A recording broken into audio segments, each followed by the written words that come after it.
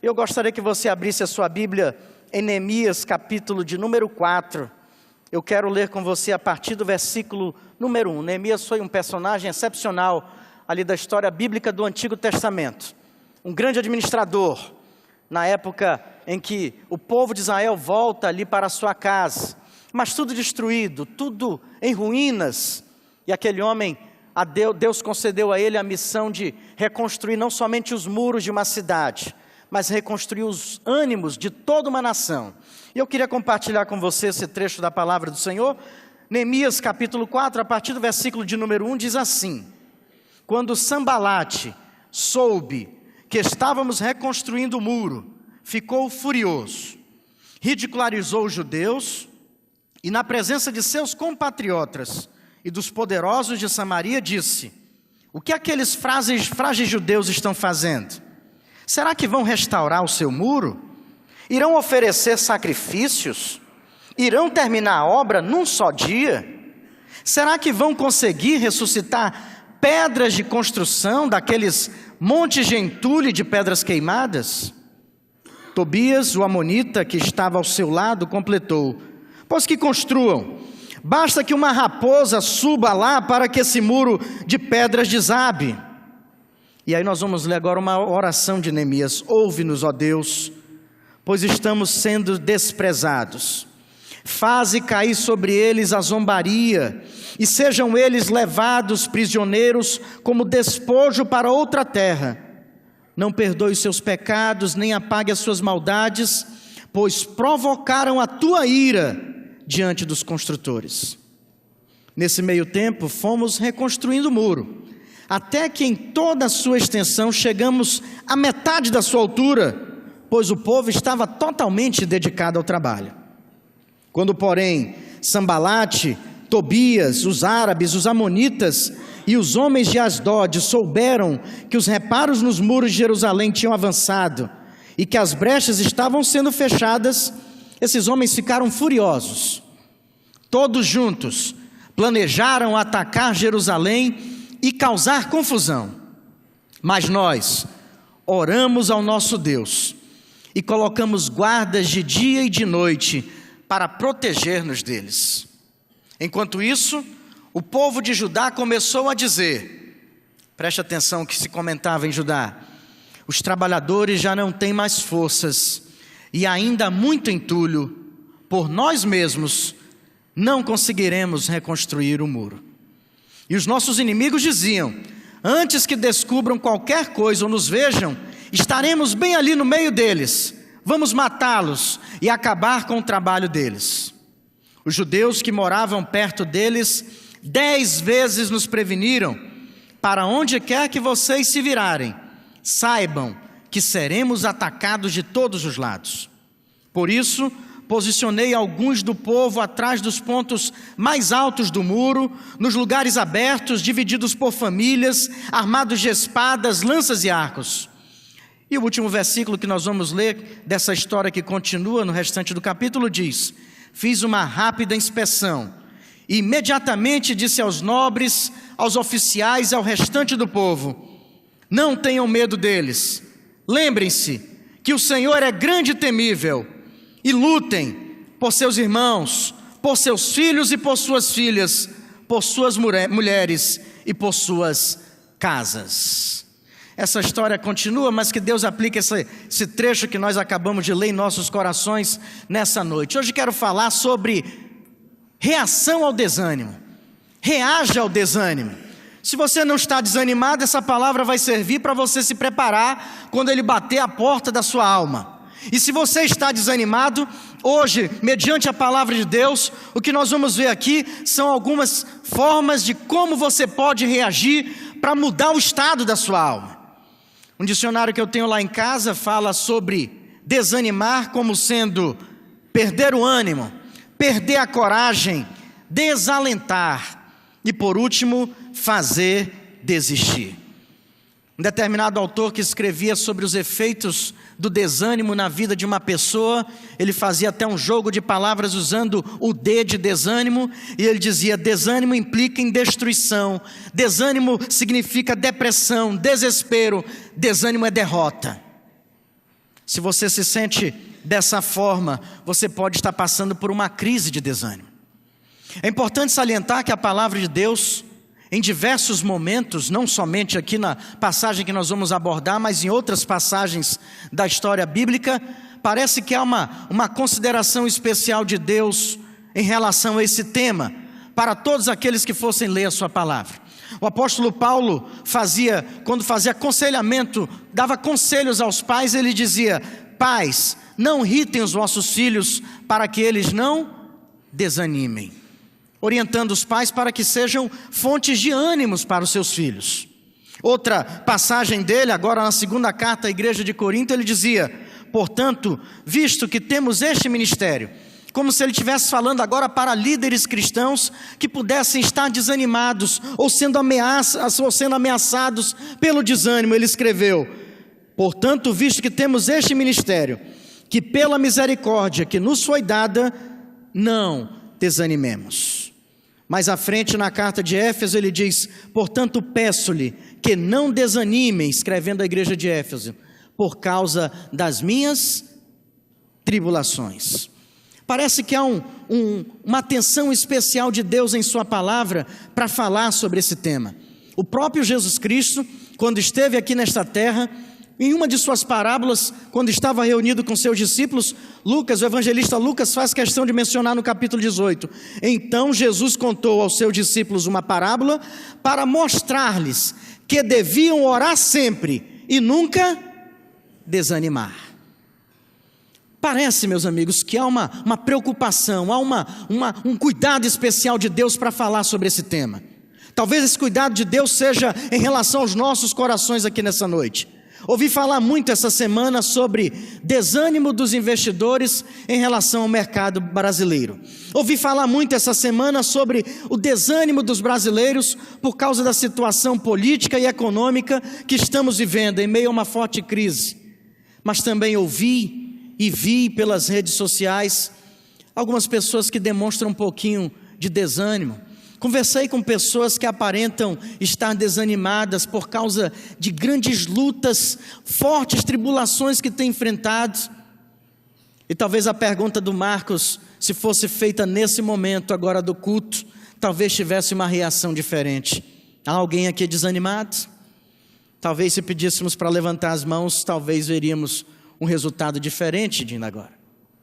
O fato é, irmãos, que aprendemos com Neemias, podemos aprender com Neemias nessa noite, um grande administrador.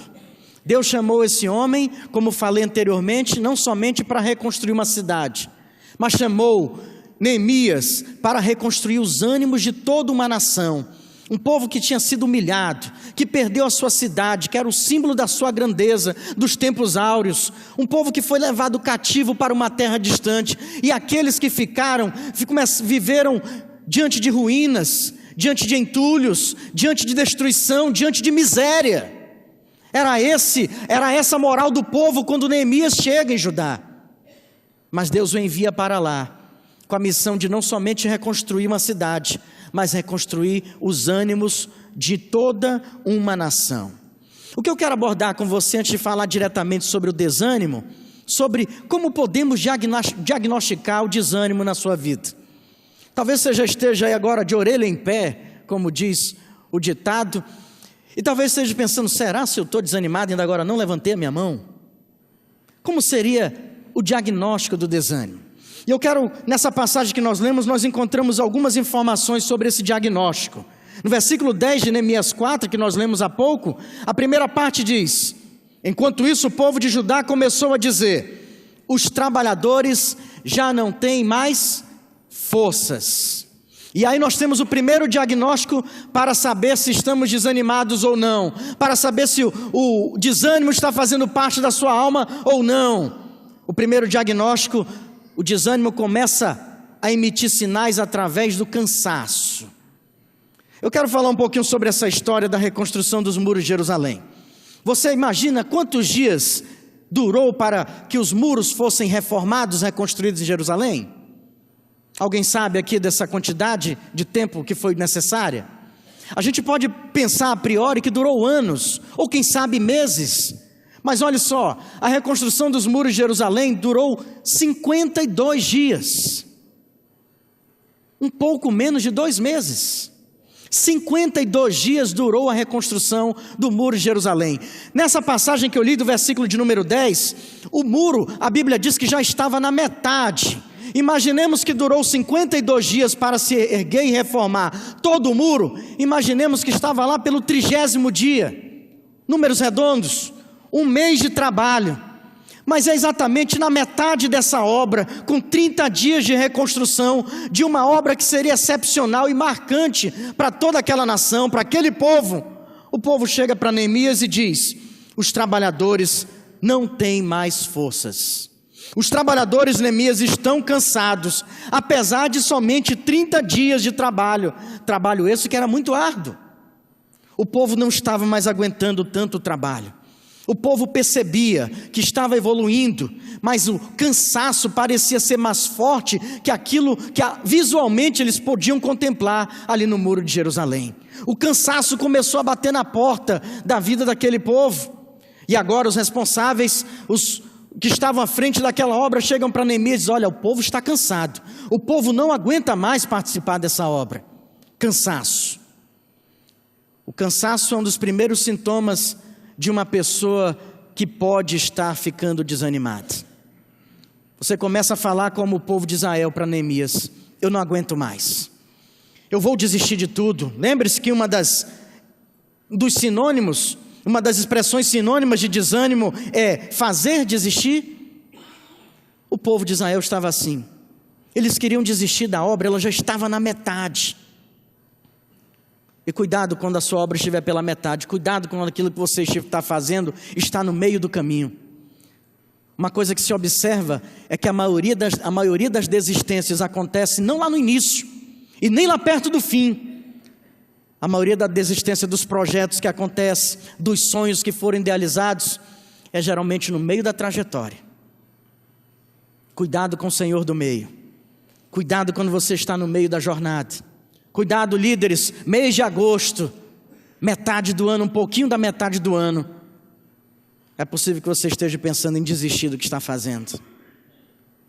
Cuidado com aquele sonho que você iniciou dia 1º de janeiro, mas quem sabe você já abandonou, porque no momento desse ano você disse: eu cansei, eu não aguento mais, eu estou fazendo muita coisa, mas isso nunca acontece. É o Senhor do meio. E o cansaço começa a dar sinais de uma pessoa que está prestes a ficar desanimada. É aquela pessoa que trabalha o dia inteiro e à noite tem que estudar. Chega no domingo, o que é que você diz? Estou cansado. É aquela mãe, é a dona de casa que passa o dia arrumando a casa, que recolhe brinquedos inúmeras vezes ao dia, que limpa banheiro, que faz comida, que lava a louça. Chega no fim do dia, ainda tem que fazer o dever de matemática com os filhos. Quando essa mãe vai deitar, o que ela diz para o marido? Estou cansada. E aí começa o desânimo a minar a vida dessas pessoas. É importante nós conhecermos as nossas limitações. Nossa vida trabalha, o nosso corpo trabalha dentro de uma equação complicada chamada tempo, pressão e esforço. Se você não souber adequar essas coisas, uma hora você explode, uma hora você faz a declaração do cansaço, como fez o povo de Israel. E aí você pode começar a desanimar. E quando a gente declara: estou cansado, não aguento mais, é nessa hora que o inimigo de nossas almas coloca o seu nome lá na agenda dele e diz: agora eu tenho uma brecha para poder entrar e semear o desânimo na vida dessa pessoa. Você está cansado? Pode ser um sintoma do desânimo na sua vida. É preciso ter cuidado com isso. O povo de Israel estava cansado, mesmo somente com 30 dias de obra, mas já se diagnosticava o cansaço no meio daquele povo. Um outro diagnóstico do desânimo nós podemos encontrar nessa mesma passagem. Versículo 10 diz: os trabalhadores já não têm mais forças. Diagnóstico do cansaço, e acrescenta-se: e ainda há muito entulho. E um pouquinho da história que eu já contei para vocês: uma cidade que foi sitiada, uma parte do povo foi embora, a outra viveu na miséria e no meio da destruição daquela cidade. Neemias é chamado, convoca todo aquele povo e diz para eles: olha, nós vamos reconstruir. Deus me chamou aqui para liderá-los na reconstrução dessa cidade. Mas no fundo Neemias também queria reconstruir os ânimos, a alma daquele povo. Aquele povo demonstra cansaço com 30 dias de obra. E com 30 dias de obra também aquele povo emite um outro sinal de desânimo. Qual é esse sinal? O sinal da frustração. Ainda há muito entulho. 30 dias trabalhando, 30 dias cavando, 30 dias enchendo carrinhos de mão, 30 dias levando lixo velho para outros lugares. Aquelas pilhas de entulho, eu fico imaginando, eram gigantescas. As portas queimadas, retira portas, traz portas novas, retira entulho. No outro dia mais entulho. Passam-se 30 dias. O povo olha para a base do muro de Jerusalém e ainda tem entulhos. E parece que agora eles são tomados por um outro diagnóstico do desânimo, que é o sentimento de frustração. Eles limpam, retiram, entulhos, escombros. 30 dias depois eles olham, ainda tem entulho lá. Aí eles se voltam para Neemias e dizem: ainda há muito entulho. É uma declaração de frustração. Nós trabalhamos 30 dias e parece que as coisas não avançaram. Trabalharam, mas só perceberam os entulhos que ficaram. Eles não perceberam os entulhos que já haviam sido removidos. Eles estavam olhando porque ainda estava lá, não porque eles já tinham conseguido remover. E ao olhar para aquilo que ainda existia lá, que lembrava destruição, derrota, miséria, bate um sentimento forte no peito daquele povo de frustração. Você já teve esse sentimento? De achar que está fazendo algo e dizer: estou esgotado. E é preciso até ter cuidado com essa palavra, esgotamento. Porque quando fazemos aquelas coisas que nos dão prazer, elas não nos esgotam. Esgotamento vem quando você trabalha demais na coisa errada. E aí você se esgota, porque você nunca vai usufruir dos resultados disso. Mas aquele povo estava trabalhando em algo certo. Eles removeriam os entulhos, eles reconstruiriam os muros, eles marcariam uma nova fase da história de Jerusalém. Mas para eles, aqueles entulhos que ainda estavam lá, representavam que eles não estavam evoluindo. Eles se sentiam frustrados. É interessante, né? Quando às vezes você trabalha num projeto, você se esforça por algo, você sabe que é aquilo que precisa ser feito, mas o resultado ainda não chegou. E aí nós somos ameaçados por esse sintoma do desânimo, que é a frustração, sentimento de frustração. Você precisa fechar a porta do seu coração para isso. Eles olhavam para os lados, mas só viam uma obra inacabada. Eles não traziam à memória a quantidade de escombros que eles já tinham removido. Cansaço, frustração. Tem um outro diagnóstico que nós podemos contemplar aí, como detectar se estamos ficando desanimados ou não. No mesmo versículo de número 10. Os trabalhadores já não têm mais forças, cansaço. Ainda há muito entulho. O que é isso? Frustração. E olha só o que mais dizem para Neemias: por nós mesmos não conseguiremos reconstruir o muro. Que declaração é essa? Pode colocar na tela. Declaração de fracasso. O que aquele povo agora chega para finalizar a conversa com Neemias é dizer para eles: nós fracassamos no projeto da reconstrução de Jerusalém. Estamos cansados, ainda tem muita coisa para remover. O projeto acaba por aqui. Nós vamos desistir, nós não vamos conseguir, nós vamos paralisar tudo isso aqui. E é interessante que a princípio era o povo que trabalhava, os trabalhadores que estavam ali diretamente no muro que falam isso, mas essa informação contagia, que depois nós vamos ver que é todo o povo. Enquanto isso, o povo de Judá começa a dizer: por nós mesmos não conseguiremos reconstruir mais o muro. Vejam como esse sentimento ele é contagioso, né? Não deixa ninguém chegar para você e só falar coisa ruim, porque você pode contagiar você. Começa a demonstrar, começa a falar sobre as coisas boas da vida também. Porque quando você só fala de fracasso, É um diagnóstico que a sua alma está desanimada.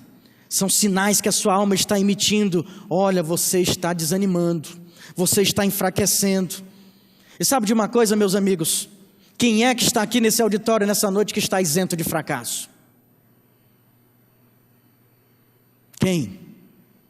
Fracasso é universal. O fracasso é inerente à condição humana. O fracasso é inerente a mim, a você, a todos nós. Eu só ouvi falar de um homem na história desse mundo que não fracassou. Que para muitos, na época em que ele viveu e morreu, ser pregado numa cruz seria uma expressão de fracasso. Mas foi a vitória pela qual nós celebramos nessa noite. Só Jesus não fracassou. Fracasso é inerente a todos nós. A questão é como você lida com o fracasso. A questão é você entender que passou por uma experiência de fracasso, ou então você declarar como fez o povo de Israel: somos fracassados, sou um fracassado. Não foi para isso que Deus lhe criou, para espalhar pelos 4 cantos do mundo que você é um fracassado. Eu gostei de uma frase de Henry Ford, aquele famoso construtor de carros. Certa feita ele disse: fracasso é a oportunidade de começar de novo, inteligentemente. Olha a perspectiva de Henry Ford sobre o fracasso. Fracasso é a oportunidade de começar de novo, de forma inteligente, de outra maneira. Começar para acertar, começar para vencer. Mas o povo de Israel nessa condição aqui estava fazendo a declaração do fracassado. Nós, por certo, não conseguiremos por nós mesmos construir esse muro. Essa é a declaração do fracassado. Quando você diz: eu não posso, eu não consigo, isso não vai dar certo.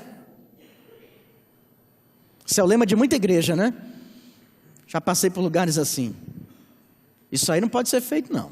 Sempre foi feito desse jeito, isso aí não vai dar certo, não. Mas também a declaração de muitas vidas. O povo de Israel fazia essa declaração do fracassado. E preste bem atenção. Quando as coisas não estão indo muito bem nas nossas vidas, esse é um momento assim, que você começa a refletir, a ver se as coisas estão valendo a pena. É nessa hora que o Satanás começa a soprar no seu ouvido: está vendo aí? Ó, você não tem valor não. Você começou algo que ia dar errado. Você é um cabeça dura. Você errou porque quis. Você é um fracassado. Esse é o discurso de Satanás para a vida daqueles que Deus criou para vencer. Romanos 8, que nós lemos ainda há pouco, na mesma passagem diz: Jesus não nos reconhece como fracassados, nos reconhece como mais que vencedores. É assim que Jesus reconhece você. Mas Israel se sentia fracassado. Cansaço, frustração e fracasso. Está aí o diagnóstico do desanimado. Como fazer? Pastor, o senhor disse que não ia falar sobre desanimado, ia falar sobre reagir ao desânimo. Está aqui o diagnóstico.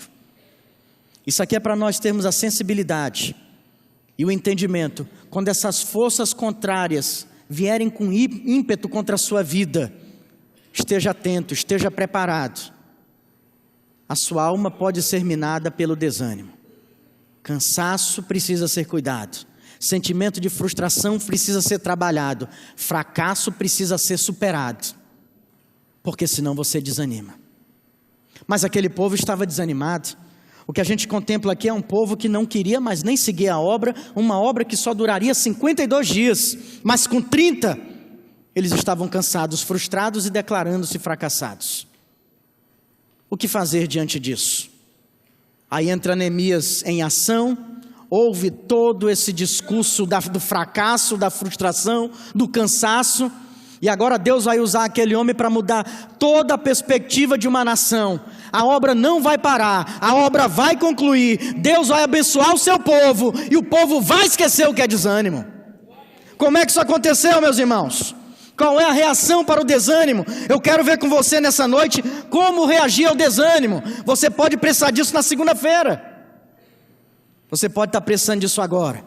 Então aprenda com Neemias como reagir ao desânimo. Versículo 5, versículo 4, versículo 5 e versículo 9 tem aí a primeira reação ao desânimo feita por Neemias. São orações. Oração do versículo 4: ouve-nos, ó Deus, pois estamos sendo desprezados. Faz cair sobre eles a zombaria, e sejam eles levados prisioneiros como despojo para outra terra. A oração de Neemias continua: não perdoe seus pecados, nem apague as suas maldades, pois provocaram a tua ira diante dos construtores. Como é que Neemias responde? Versículo de número 9, mais outra oração: mas nós oramos ao nosso Deus e colocamos guardas de dia e noite para proteger-nos deles. Primeira reação de desânimo que Neemias ensina para o povo: clamar a Deus. Está desanimado? Clama a Deus. Não fica chorando pelos cantos, não deixa ser tomado pela depressão, não deixa o sentimento de tristeza corroer a tua alma. Clama a Deus. Inverte, quem sabe, o procedimento que geralmente se utiliza. Você já ouviu aquela frase? Nós já tentamos de tudo, agora só nos resta orar. Está errado isso. Já tentamos de tudo, agora só nos resta orar. Porque você não orou primeiro? O que Neemias fazia quando percebeu que o povo estava desanimado? A primeira reação dele foi orar, foi clamar a Deus. Clamou a Deus contra os inimigos de Israel, clamou a Deus contra o trabalho, contra o cansaço do trabalho, clamou a Deus pelo todos os sentimentos que aquele povo tinha sido diagnosticado no povo de Israel. Ele clamou a Deus. Ele não tentou de tudo para depois clamar, ele clamou para depois fazer. Inverta essa ordem. Verbalize seus sentimentos para Deus. Está começando a emitir sinais de cansaço, de frustração ou de fracasso? Verbaliza, fala com Deus sobre o que tem dentro do teu coração. Abre teu coração para Deus. A gente admira tanto os salmos de Davi e tantos outros salmos. Salmo de Davi era um daqueles homens que sabia muito bem que toda vez que algo estranho começava a oprimi-lo, começava a apertar seu coração, ele pegava e jogava diante de Deus. Você já leu o Salmo de número 42? O Salmo de número 42 ele é maravilhoso. Eu fico, quando eu leio o Salmo de número 42, parece que Davi pega e, de repente assim, vai bater um papo com a alma dele, como se estivesse num consultório de uma terapia, e ele agora coloca ali deitado naquele divã a sua alma. Só que em vez de a alma falar, ele pega e faz questionamentos para a alma. E o Salmo 42, versículo 5 diz: por que você está tão triste, ó minha alma? Por que está assim tão perturbada dentro de mim? Põe a sua esperança em Deus, pois ainda o louvarei. Ele é o meu Salvador e o meu Deus. Ele clama a Deus, ele busca a Deus. A sua alma estava se enchendo de tristeza. O que ele faz? Coloca a alma no divã de Deus e diz: o que está vendo? Por que você está tão triste? Por que você está tão perturbada? Olha, eleva, coloca a tua esperança em Deus. Você vai louvá-lo, porque Ele vai mudar a sua vida. Clama a Deus. Está desanimado? Clama a Deus. Está desanimando? Começa a clamar mais a Deus. Neemias faz isso. Neemias ensina ao povo que para afastar o desânimo é preciso clamar ao Senhor. Comece a fazer isso a partir de hoje. Você vai ver que todos esses problemas que perturbam a alma, e você conhece muito bem quais são os seus, vão começar a ser dirimidos, vão perder a força dentro do seu ser, porque agora Deus vai responder esse clamor. Não tente de tudo não, primeiro clama a Deus, depois você começa a agir. Amém? Clamar a Deus. Segunda reação ao desânimo que a gente aprende com Neemias, versículo 13, versículo de número 14 diz assim: Por isso posicionei alguns do povo atrás dos pontos mais baixos do muro, nos lugares abertos, divididos por famílias, armados de espadas, lanças e arcos. Versículo de número 14 diz o seguinte: fiz uma rápida inspeção. Imediatamente disse aos nobres, aos oficiais e ao restante do povo: não tenham medo deles. Lembrem-se que o Senhor é grande e temível, e lutem por seus irmãos, por seus filhos e filhas, por suas mulheres e por suas casas. O que temos aqui para aprender? O que Neemias faz diante do diagnóstico do desânimo no meio do povo de Israel? Primeiro ele faz o quê? clama a Deus. Mas agora ele começa a agir. Lembra que eu falei? Não faça a ordem errada. Ele primeiro clama a Deus, agora ele começa a agir. O que Neemias está fazendo nesse trecho que nós lemos? Ele começa agora a posicionar e misturar pessoas. Neemias agora começa a fazer com que as pessoas se concentrem na obra que estavam realizando. E é a segunda reação ao desânimo que ele nos ensina. Concentre-se na obra que Deus lhe deu para fazer. A obra que Deus deu para Neemias fazer era reconstruir os muros e os ânimos de uma nação. Ele chega lá, os muros estão destruídos e o povo desanimado. Ele vai mudar o foco? Por causa de Tobias, de Sambalate, por causa do fracasso, por causa da frustração, por causa do cansaço do povo? Não. Ele continua concentrado. E não só continua concentrado, como ele leva o povo a se concentrar nisso. Ele começa a colocar o povo, ele posiciona uma parte do povo atrás dos pontos mais baixos do muro, outros ele coloca nos lugares mais altos, ele pega as famílias e dispõe diante de toda a reconstrução do muro, ele começa a mesclar pessoas, começa a envolver a todos, começa a colocar pessoas lá que vão compartilhar um pouco de tudo que está acontecendo, mas ele não deixa a obra parar, ele está concentrado na reconstrução de Jerusalém. Sabe por quê? Porque o desânimo tem essa tendência, como falei, em fazer você abandonar projetos, abandonar sonhos. Tem pessoas que abandonam a igreja, largam o trabalho, abandonam o casamento, porque estão desanimadas. A saída não é por aí, a saída não é essa. Eu pergunto por que a reação imediata nossa é desistir, quando deveria se concentrar naquilo que Deus colocou em nossas mãos. Isso é um artifício satânico.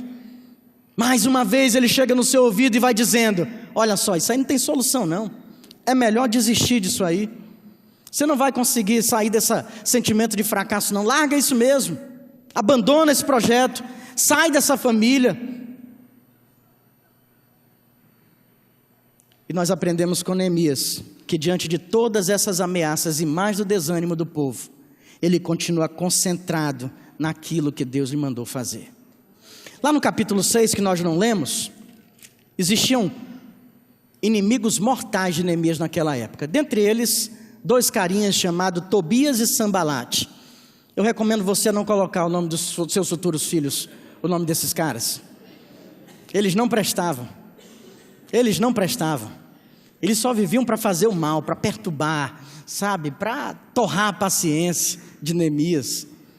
Tobias e Sambalate tentam de todas as formas, eles mandam recados pelo povo, eles mandam cartinhas, bilhetinhos, eles fazem tudo, eles fazem afrontas, né? Olha, se passar uma raposa, deixa eles construírem, se passar uma raposa nesse muro, esse muro vai cair só com o peso da raposa. Olha só a ideia desses caras. Esses eram Tobias e Sambalate. Eles tentam de tudo. E por não conseguirem todos os artifícios que eles usaram, eles tentam mais um, talvez o derradeiro. Eles chamam Neemias para uma reunião. Neemias, vamos tomar um cafezinho? Nós precisamos conversar sobre esse seu projeto de reconstrução, nós queremos ver a planta. Na realidade, eles estavam preparando ali uma emboscada para Neemias.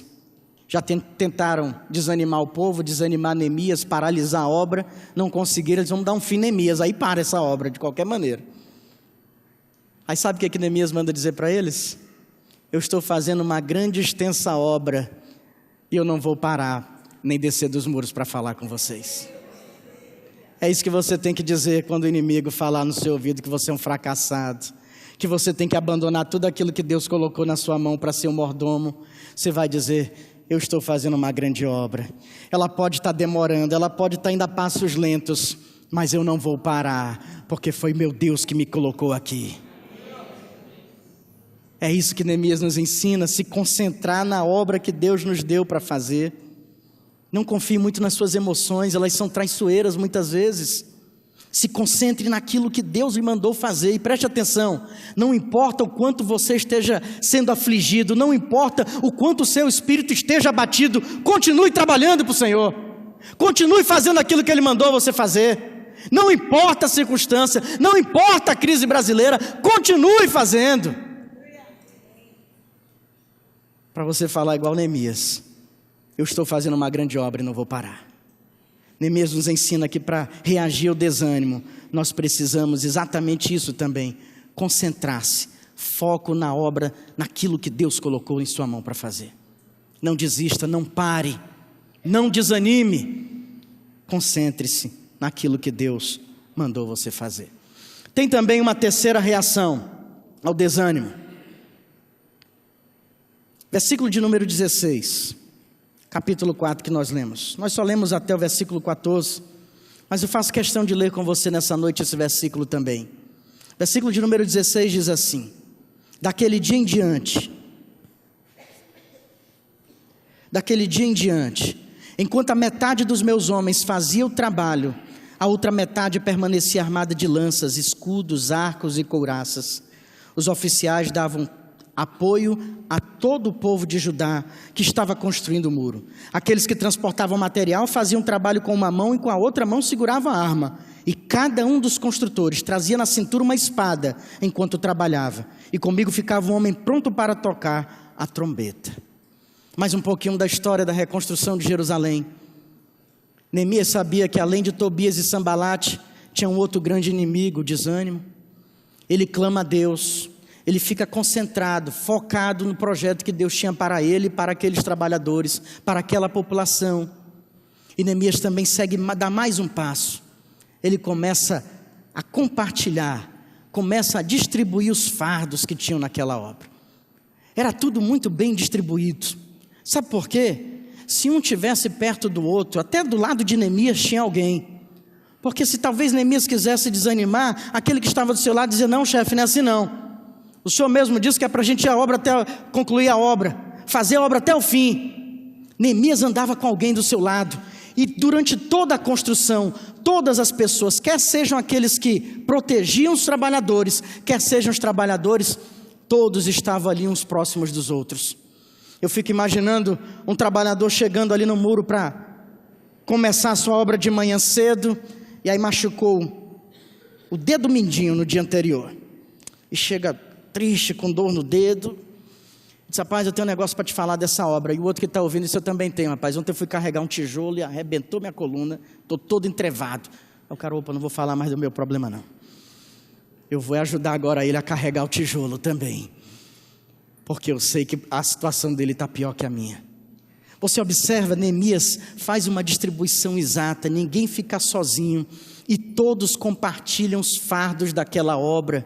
Era carregando entulho, um carregava o entulho, o outro passava para vir buscar mais, e eles iam trocando essa sinergia, eles iam percebendo o suor escorrendo pelo rosto um do outro, eles compartilhavam fardos. E essa é a terceira lição que eu aprendo com Neemias para reagir ao desânimo: saiba lidar com os fardos da vida, saiba distribuir muito bem a carga que você está carregando sobre você. E tem duas formas de você fazer isso, lidar com os fardos da vida. A primeira delas, carregue o fardo de outra pessoa. Lembra quando eu falei do trabalhador lá que ia falar do machucado no dedo, mas quando o outro falava que o problema dele era na coluna, ele disse: opa, isso aqui está pior que eu. A gente começa a superar o desânimo também quando a gente encontra pessoas em situações mais difíceis da situação que a gente está passando. E sabe quando você vai ter essa percepção? Quando você compartilhar o fardo de alguém. Sabe qual é o melhor lugar do mundo para você compartilhar o fardo de outra pessoa? Na igreja do Senhor. É aqui dentro, ó. É aqui dentro. Pode ser que tenha uma pessoa bem próxima de você que você não conhece, mas que está com um fardo super pesado, e que se você ajudasse a carregar, se você emprestasse o seu ombro, um abraço caloroso, ou então quem sabe derramar lágrimas com essa pessoa, ela já não se sentiria bem melhor. Você quer enfrentar o seu desânimo? Comece a compartilhar o fardo de outras pessoas, veja como está a vida de outros. Eu tenho um amigo pastor, e quando eu li essa etapa da construção dos muros de Jerusalém, é inevitável não lembrar dele. É um pastor chamado Raimundo Oliveira. Ele pastoreava uma igreja que ficava a 200 quilômetros pelo rio de Manaus, a capital do Amazonas. A cidade onde ele pastoreava tinha 19 mil habitantes. Agora até aí tudo normal, você já pode ter ouvido falar sobre muitos pastores assim, que pastoreiam numa cidade pequena, longe da capital. Mas pastor Raimundo Oliveira, 59 anos, ele tem uma história maravilhosa de se contar. Ele sofre de uma doença degenerativa, que é genética. Há cerca de 10 anos atrás, ele perdeu a sua vista por completo. Vinha perdendo com o passar dos anos. A cada ano, ele perdia um pouquinho da sua visão. Há 10 anos atrás, ele perdeu toda a sua visão. E mais, os problemas degenerativos não param por aí. Atingem todo o seu corpo. Ele tem uma perna que é bem menor que a outra e a cada ano diminui mais. O seu corpo está encolhendo. Ele usa uma bota, eu creio que de uns 20 centímetros de altura, para a perna ficar do tamanho da outra. Essa bota só é feita em Minas Gerais, custa R$2.000. E ele usa aquela bota até ela se extraviar, porque ele não tem condições de comprar 2, 3 botas daquela por ano. Os seus pés estão diminuindo, o seu pé esquerdo é só uma bola, é uma massa de carne, não tem mais o formato do pé. Ele está encolhendo, ele perdeu a vista, mas ele está a 200 quilômetros de Manaus, via fluvial, porque não tem estrada para lá, nem avião. A sua igreja, eu preguei lá já várias vezes, é a igreja batista com o maior número de membros da cidade. E às vezes, com o passar dos anos, eu cativei uma grande amizade com o pastor Raimundo. E às vezes, nos momentos difíceis do meu ministério, eu pegava meu telefone e disse: vou ligar para o pastor Raimundo. Preciso desabafar. Preciso conversar com alguém. Preciso abrir a minha alma. E eu ligava para aquele homem e perguntava: como é que está a vida por aí, pastor Raimundo? Aquele homem que podia lamentar da vida. Aquele homem que podia amaldiçoar Deus por causa do seu estado. Aquele homem que podia falar sobre o seu estado físico, era aquele homem que falava sobre isso, mas era aquele homem que me contava tantas alegrias do seu ministério. Pastor, ontem a igreja estava lotada. Ele cego, hein? Mas ele sabia que a igreja estava lotada. Ontem a igreja estava lotada, pastor. Mês passado fiz não sei quantos batismos. Na minha igreja já batizei tantas pessoas. E ele dizia: o que você quer mesmo falar, Alex? Eu disse: nada não, pastor. Não tenho mais nada para dizer, não. Pastor Raimundo frequentemente ia em Manaus. Eu acho que estive com ele umas 3, 4 semanas antes de vir para São Paulo. E eu firmei um propósito no meu coração, eu e Fran. Toda vez que ele vinha para Manaus era para fazer exames, para fazer compras, para ir nos 4 cantos da cidade. E eu coloquei no meu coração que eu abriria a mão de tudo nos dias que ele chegasse para estar com ele. E eu passava, geralmente ele chegava segunda de manhã e voltava sexta para o seu município. Passava 5 dias em Manaus. E durante 5 dias eu ficava lado a lado com aquele homem, compartilhando os fardos dele e ele os meus fardos. Sabe, irmãos, nossos problemas se diminuem quando a gente começa a olhar para o nosso próximo e começa a compartilhar das dores dos outros. Começa a ouvir dos sofrimentos e poder dizer: está aqui o meu ombro para você, olha. Está aqui o meu coração. Está aqui o meu abraço. Agora nós vamos compartilhar esse peso. Seus problemas diminuem quando você compartilha os fardos de outra pessoa. Comece a fazer isso. Talvez Deus coloque ainda essa semana pessoas bem próximo de você. Pessoas que só estão querendo ouvir de você assim: como é que está a vida? É tudo que elas querem, para elas dizerem: está aqui o meu fardo, me ajuda a carregar, compartilha esse fardo comigo. Neemias fez isso, ele sabia que a obra seria difícil, mas ele colocou pessoas lado a lado, para nos momentos de sofrimento, de tristeza, de dor, trocarem os fardos entre si. Você quer vencer o desânimo na sua vida? Comece a olhar para outras pessoas desanimadas e comece a absorver um pouquinho a carga delas. A Bíblia mesmo nos orienta a isso: levai as cargas uns dos outros. Está na hora da gente começar a fazer isso, para a gente derrotar o desânimo batendo na porta do coração. E uma outra forma, e por aqui eu termino: saiba lidar com os fardos da vida, carregando o fardo de outra pessoa. E também saiba lidar com os fardos da vida, levando essas suas cargas a Jesus. São palavras dele: venham a mim, todos vocês que estão cansados e sobrecarregados, eu vos darei descanso. É promessa de Deus para aqueles que estão se sentindo desanimados. Você não tem que andar com esses sentimentos de frustração, de desânimo, de fracasso. Você precisa levar isso a Deus. Você não tem que ficar sendo oprimido por esses sentimentos. Você precisa levar ao Senhor em oração, em busca, em relacionamento profundo com Ele. Leve o que está inquietando a sua alma para Deus. Leve o que está tirando o seu sono para o Senhor. Diga: Senhor, está aqui as minhas cargas, meu Pai, eu não estou suportando. Jesus propõe uma troca. Você leva essas suas cargas a Ele, e Ele te oferece o jugo dEle, que é leve. Ele faz uma troca com você. E quando a gente aprende a lidar com os fardos da vida, compartilhando os fardos dos outros e levando os nossos a Deus, a gente consegue enfrentar o desânimo. Eu quero terminar minhas palavras aqui nessa noite, meus queridos, recapitulando tudo que nós vimos até aqui. Diagnóstico do desânimo, cansaço, frustração, o que mais? Fracasso.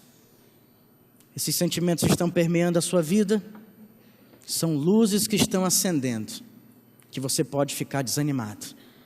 Mas sabe qual é a notícia boa dessa noite para você? É que isso tudo pode ser vencido.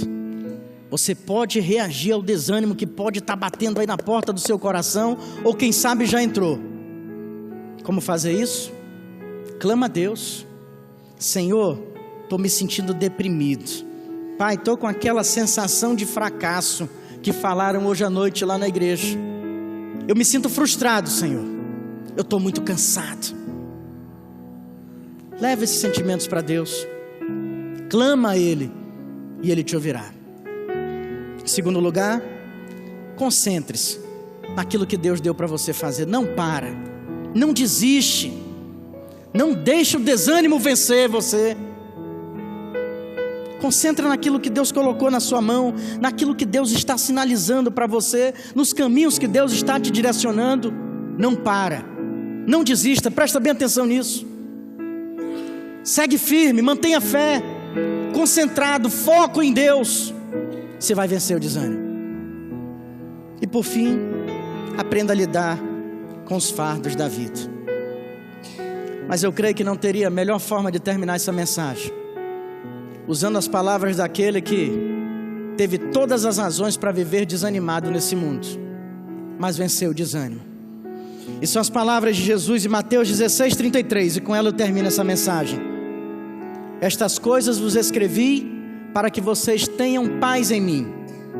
Neste mundo em que você e eu estamos vivendo, vocês terão aflições, mas tenham ânimo, eu venci o mundo.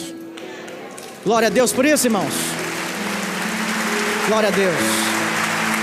É assim que se vence o desânimo. É assim que você vai reagir a ele.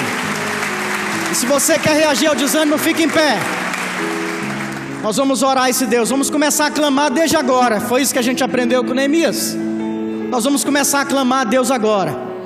E você vai levar como não lição de casa, mas lição de vida. Aprender a reagir ao desânimo. Você não vai deixar mais que frustração, fracasso ou cansaço ou qualquer outra coisa derrote você nessa semana. Mas você vai reagir a todas essas forças. E a gente vai começar agora clamando a Deus. Mas você também vai continuar focado naquilo que Deus está dizendo para você fazer. E não vai desistir do que está fazendo, se é da vontade de Deus. E você vai compartilhar fardos. Olha, Deus vai colocar pessoas na sua vida essa semana para você compartilhar os fardos dela. Você vai ter que aliviar cargas de outro, e Deus vai colocar pessoas na tua vida para levar um pouquinho da tua carga também. Creia nisso. E por fim, leve seus fardos a Jesus. Vamos fazer uma troca. Vamos confiar mais em Jesus e confiar menos na gente. Vamos acreditar mais no poder de Deus e menos na nossa capacidade. E assim a gente vai reagir bem ao desânimo e vai vencer. Querido Deus, muito obrigado, meu Pai, por esse dia tão especial na Tua casa, Senhor. Obrigado, meu Deus, por cada vida que está presente aqui nesse auditório, Senhor. pessoas sedentas, famintas e atentas à tua voz, Senhor, que aprenderam nessa manhã que o importante é te obedecer muito mais do que sacrificar. O importante é ouvir a tua voz e colocar em prática a tua vontade, que é perfeita, que é boa, que é agradável. Mas são pessoas, meu Deus, que estão aqui sujeitas ao fracasso, sujeitas a sentimentos tão corrosivos como o sentimento de frustração, de cansaço. Mas tu és aquele, ó Deus, que fortalece o abatido. E nessa noite, meu Deus, nós nos levantamos e olhamos para o céu como teu povo na face da terra, acreditando, meu Deus, e já declarando a vitória sobre o desânimo, porque nós clamaremos a ti, porque nós, Senhor, manteremos focados na obra que tu queres realizar em nós e através de nós. E, Senhor, nós compartilharemos o fardo de pessoas que estão sofrendo, e nós levaremos os nossos fardos pela fé a ti, Senhor. Senhor, contempla cada vida que está aqui nessa noite. Que saiam daqui, ó Deus, com cabeça erguida, com semblante não aquele apresentado no início dessa mensagem, mas com semblante do mais que vencedor através de Cristo Jesus. E que o amor de Deus nosso Pai, que a graça do nosso Senhor Jesus Cristo e que as consolações do Espírito Santo de Deus estejam sobre cada vida nesse lugar, estejam sobre a tua igreja, Senhor, a Igreja Batista Boas Novas, e sobre todo o teu povo espalhado pela face da terra. Amém e amém. Irmãos, que Deus abençoe a todos. Mantenham a fé. Vão na paz do Senhor. Deus abençoe a todos. Deus abençoe.